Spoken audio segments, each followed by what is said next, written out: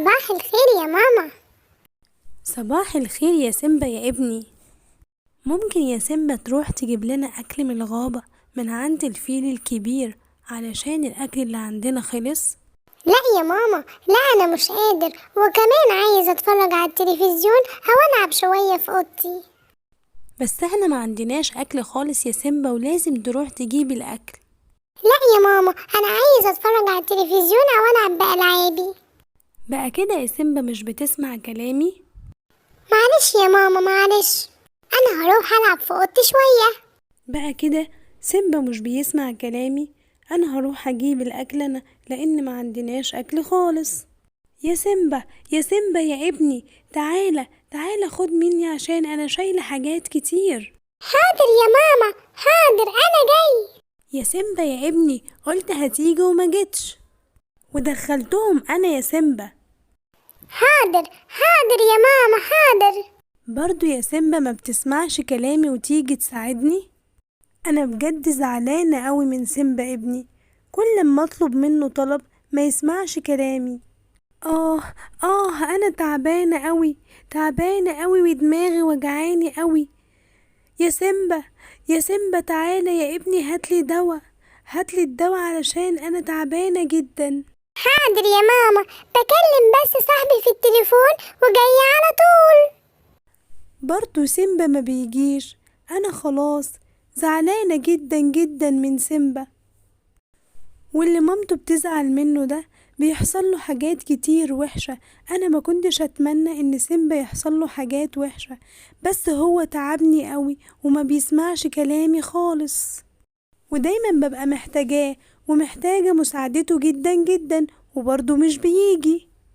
يا ماما يا ماما، اللعبة اللي أنا كنت بلعب بيها باظت، أنا هطلع شوية أتفسح في الغابة وهاجي على طول.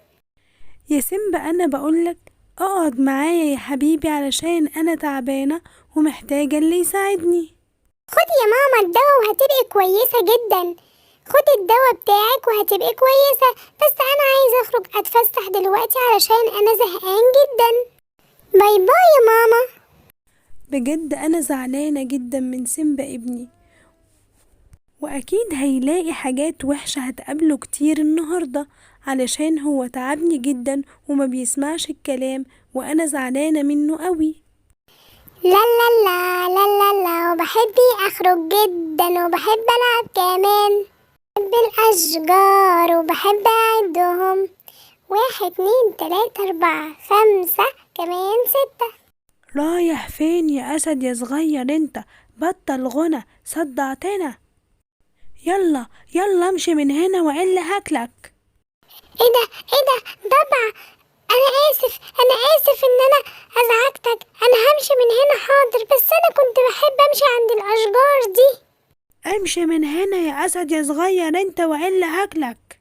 حاضر حاضر يا ضبع، انا همشي خلاص، انا همشي من هنا، اكيد مفيش هنا ضبع او اي حاجة، انا هتمشى هنا شوية يمكن اقابل الفيل فلافيلو العب معاه، او القرد اردون العب معاه شوية. ايه ده؟ ايه اللي هناك ده؟ ايه الاخشاب بتاعت الشجر دي؟ هو انا عملت ايه النهاردة علشان يحصل لي كل ده؟ كل ما اروح مكان الاقيه مسدود كده. انا هروح اشوف القرد اردون او الفيل فلافيلو العب معاهم، هروح لهم من الطريق التاني يمكن يكون كويس ومفيهوش اي حاجة. يا اردون يا اردون. نعم يا سيمبا، أنا جيتلك أهو. يا اردون، ايه رأيك تيجي تلعب معايا؟ لا يا سيمبا معلش، علشان أنا رايح أجيب حاجات لمامتي فمش هينفع النهاردة، خليها يوم تاني. طيب فين فلافيلو؟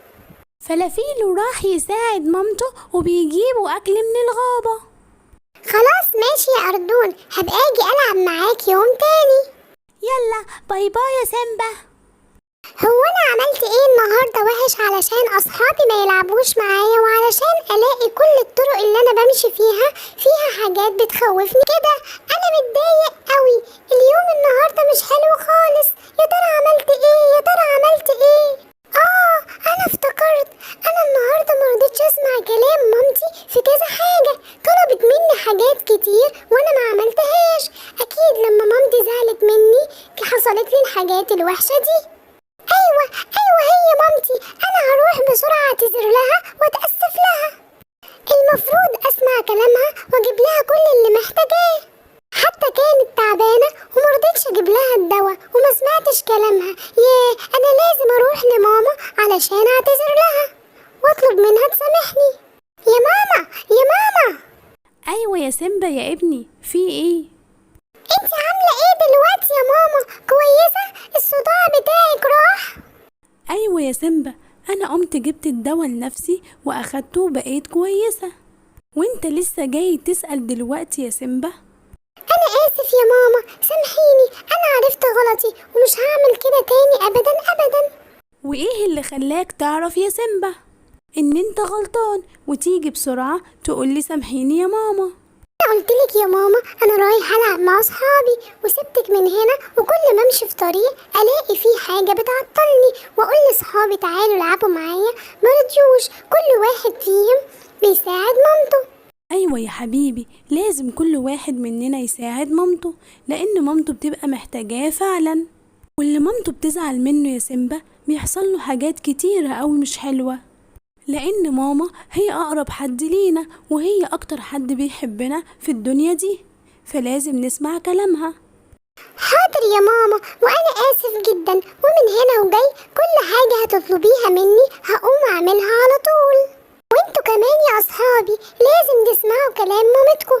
اديكوا شفتوا لما انا ما سمعتش كلام مامتي ايه اللي حصل لي، فلازم كلنا نسمع كلام مامتنا. ودلوقتي هقول لكم معلومة مفيدة تفيدكم كلكم.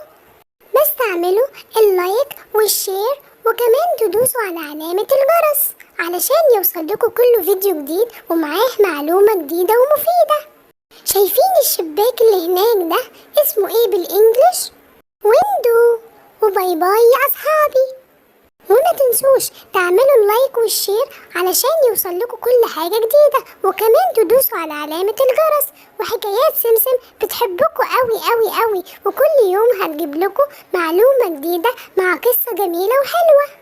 عايزين نشجع سيمبا باللايك والشير وندوس على علامة الجرس علشان يتبسط قوي ويعرف ان هو لما بيتعلم من الغلط اللي بيعمله ويعمل الصح دي حاجة كويسة جدا وحلوة جدا.